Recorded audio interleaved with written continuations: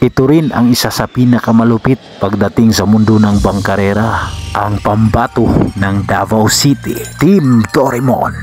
Ito ay pagmamayari ni Mr. Raymond Said from Bunawan City at ang kanilang mga rider ay sina Alin Mula, Romel Salem at Saddam Amanat. At ang kanilang mekaniko ay si Mr. Jojo Boro, powered by Richie Cabaluna. At ang gumagawa ng kanilang mga bangka ay si Mr. Rene Johnson. At ang pintor nito ay si GC Art Bantan.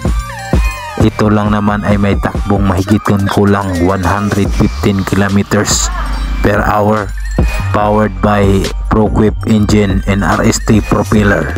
At ang isa sa kanilang pinaka-power crew, pinaka-astig, pinakatibay, walang iba kundi si Mr. Piblicha with Jojo Mapa and Nasar Lumpapak. Ang pangkat na ito ay isa rin sa pinakamatulin at pinakamalakas na bangka dito sa Davao Region. Kaibigan, kung nagustuhan mo ang mga bidyong ito, maaari mo bang suportahan ang aking YouTube channel, Jack Daniels Vlog? At kung ikaw naman ay isang tagahanga at taga-suporta ng Team Doraemon, maaari mo itong i-share. Malaking bagay na po yan sa isang katulad naming maliit na vlogger lang. Maraming salamat po.